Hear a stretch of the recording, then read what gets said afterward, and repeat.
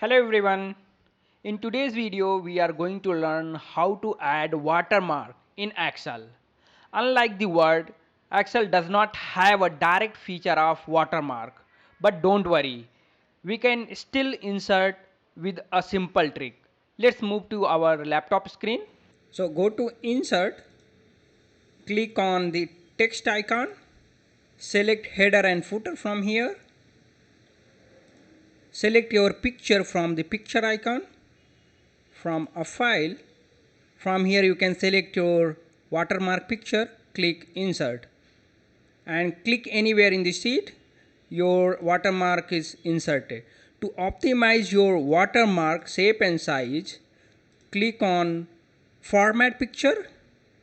You can adjust your height and width, for example 20, and you can also change your color of watermark, maybe washout.